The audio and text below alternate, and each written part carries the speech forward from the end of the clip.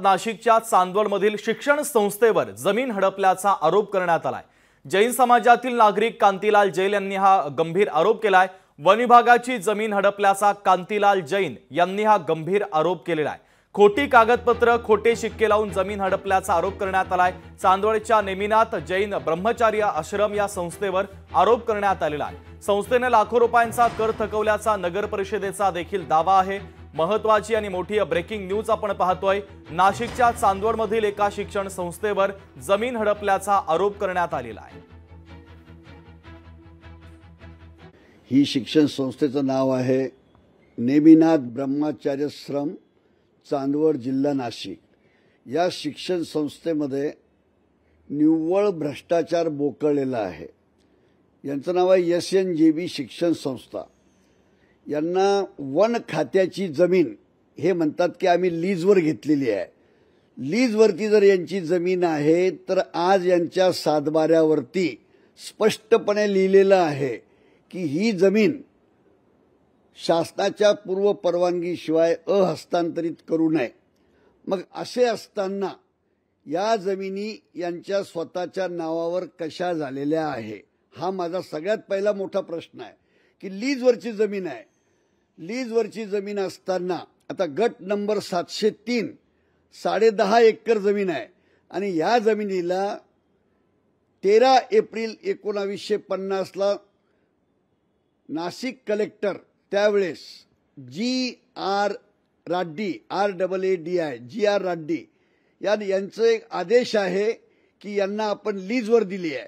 पण त्या तारखेला GR राड्डी नसून तेथे CR रेड्डी कलेक्टर होते। याचा अर्थ ही खोटी ऑर्डर यांनी काढून हे फक्त उल्लू बनवून त्यांनी स्वतःच्या नावावर केली।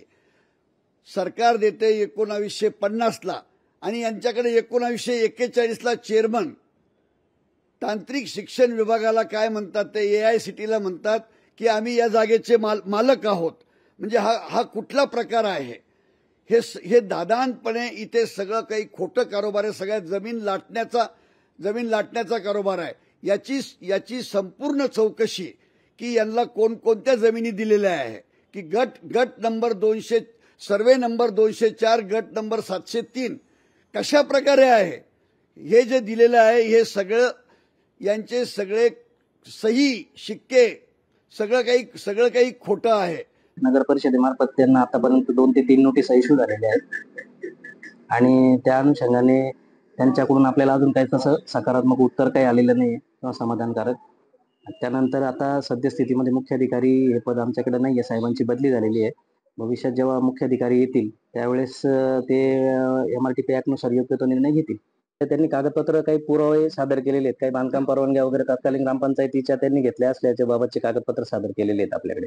संबंधित संस्थेने कुठलीही परवानगी न घेता आमच्या वन खात्याच्या जागेवर इमारत उभी केलेली आहे आणि आम्ही 2010 मध्ये त्यांच्या विरुद्ध FIR दाखल केलेली आहे आणि कोर्टात दोषारोप पत्र दाखल झालेले आहे। परंतु हे धनदांडगे असल्यामुळे यांनी पैशाच्या जोरावर सध्या स्टे आणलेला आहे। याचाच अर्थ वन खात्याने जर FIR दाखल केली तर त्यांच्या जमिनीवर संस्थेने बेकायदेशीरपणे इमारत बांधकाम केलेलं आहे आणि अतिक्रमण केलेलं आहे। दरम्यान नाशिकच्या या चांदवडमधील शिक्षण संस्थेवर जमीन हडपल्याचा आरोप करण्यात आला। या संपूर्ण प्रकरणाचा आढावा घेतला आमचे प्रतिनिधी महेश महाले यांनी। पाहूयात। संपूर्ण देशात आतापर्यंत बनावट कागदपत्रांद्वारे जमिनी लाटल्याचे प्रकार हे सर्रास समोर आलेले आहे। अनेक ठिकाणी जर बघितलं तर बनावट कागदपत्रे सादर करून मोठ्या प्रमाणात जमिनी ज्या आहेत जमिनींचे घोटाळे जे आहेत ते मोठ्या प्रमाणात करण्यात आलेले आहे। मात्र नाशिक जिल्ह्यातील चांदवड तालुक्यामधील श्री नेमिनाथ जैन ब्रह्मचार्य जैन गुरुकुल ही जी संस्था आहे या संस्थेने मात्र शासनाला चुना लावल्याची जी घटना आहे ती धक्कादायक घटना समोर आलेली आहे। खरं तर या संस्थेने शासनाला चुना लावलेला आहे। शासनाची वन खात्याची जी जमीन आहे तिच्यावर अवैधरित्या या ठिकाणी बांधकाम करण्यात आलेलं आहे।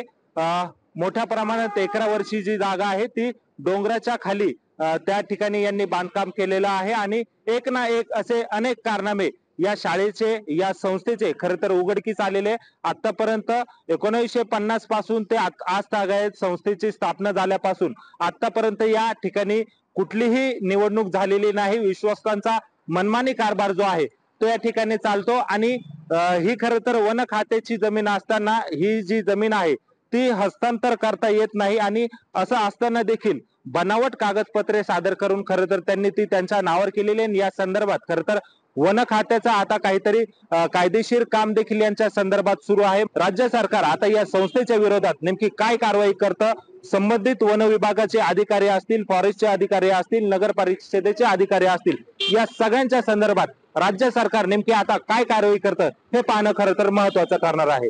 महेश माले, लोकशाही मराठी, नाशिक. दरम्यान तक्रारदार असलेल्या कांतीलाल जैन यांचे नेमके आरोप कोणते आहेत ते आपण ग्राफिक्सच्या माध्यमातून पाहूयात. 1950 मध्ये जमीन लीजवर घेतली, मग सातबाऱ्यावर मालकाची नावं कशी? सातबाऱ्यावर जमीन हस्तांतरणीय असा स्पष्ट उल्लेख आहे. 1950 मध्ये GR रेड्डी नावाच्या जिल्हाधिकाऱ्यांची खोटी ऑर्डर आहे. 1941 ला संस्थेच्या चेअरमनचा जागेचे मालक असल्याचा AST कडे दावा आहे, तर जमिनीच्या कागदपत्र सही शिक्के खोटे असल्याचा आरोप देखील करण्यात आलेला आहे. तर या संदर्भात अधिकचे अपडेट देण्यासाठी महेश महाले आपले प्रतिनिधी आपल्याशी जोडले जात आहेत. महेश, नाशिकच्या चांदवडमधील एका शिक्षण संस्थेवर असे गंभीर स्वरूपाचे आरोप करण्यात आले. जमीन हडपल्याचा हा मोठा आरोप आहे. जैन समाजातील नागरिक कांतीलाल जैन यांचा हा गंभीर आरोप. या संदर्भात अधिकचे अपडेट नेमके काय आहे? अगदी खरं आहे शुभम. खरं तर चांदवडमध्ये असलेली ही जी श्री नेमिनाथ जैन ब्रह्मचार्य जी शैक्षणिक संस्था आहे, या संस्थेने खरं तर वन खात्याची 10 एकरच्या वरची जी जमीन आहे ती गिळंकृत केल्याचा प्रकार जो आहे तो समोर आलेला आहे. त्या ठिकाणी अवैध बांधकाम करण्यात आलेले.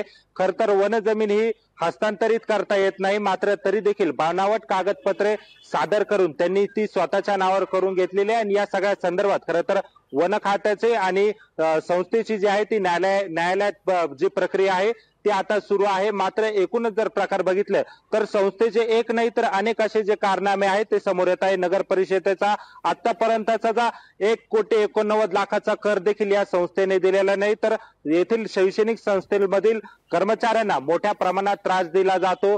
शैक्षणिक संस्था आहे ज्या ठिकाणी ज्ञानदानाचं काम होतं त्या ठिकाणी बाउन्सर ठेवण्यात येतात. हे बाउन्सर नेमके कशासाठी लागतात हे देखील तपासणं खरं तर महत्वाचं आहे. या बाउन्सरची नेमकी त्या शैक्षणिक संस्थेमध्ये गरज काय, याचा अर्थ का त्या संस्थेमध्ये काहीतरी काळबेरा असल्याचे देखील आरोप काही स्थानिक नागरिकांनी केलेले आहे. मात्र एकूणच जर बघितलं तर संस्थेवर गंभीर प्रकारचे आरोप आलेले आहे. वन खात्याची जमीन त्यांनी हडपलेली आहे आणि त्याच्यावर अवैध पद्धतीने बांधकाम केलेलं आहे. एकूणच 10 एकराच्या वरची जी जमीन आहे ती त्यांनी स्वतःकडे घेतलेली आहे. आणि एकूणच जर बघितलं तर कुठल्या अधिकाऱ्याने खरं तर यामध्ये जिल्हा प्रशासनाचे अधिकारी असतील, कलेक्टर असतील, तलाठी असतील, तहसीलदार असतील, यांना हाताशी धरून त्यांनी हा सगळा प्रकार केल्याचं समोर आल्याचं बघायला मिळतं आपल्याला. महत्त्वाचे अपडेट या बातमीच्या संदर्भातले पोहोचवलेले आहेत. तुर्तास धन्यवाद. लोकशाही मराठी ऐका, पहा, जागरूक रहा.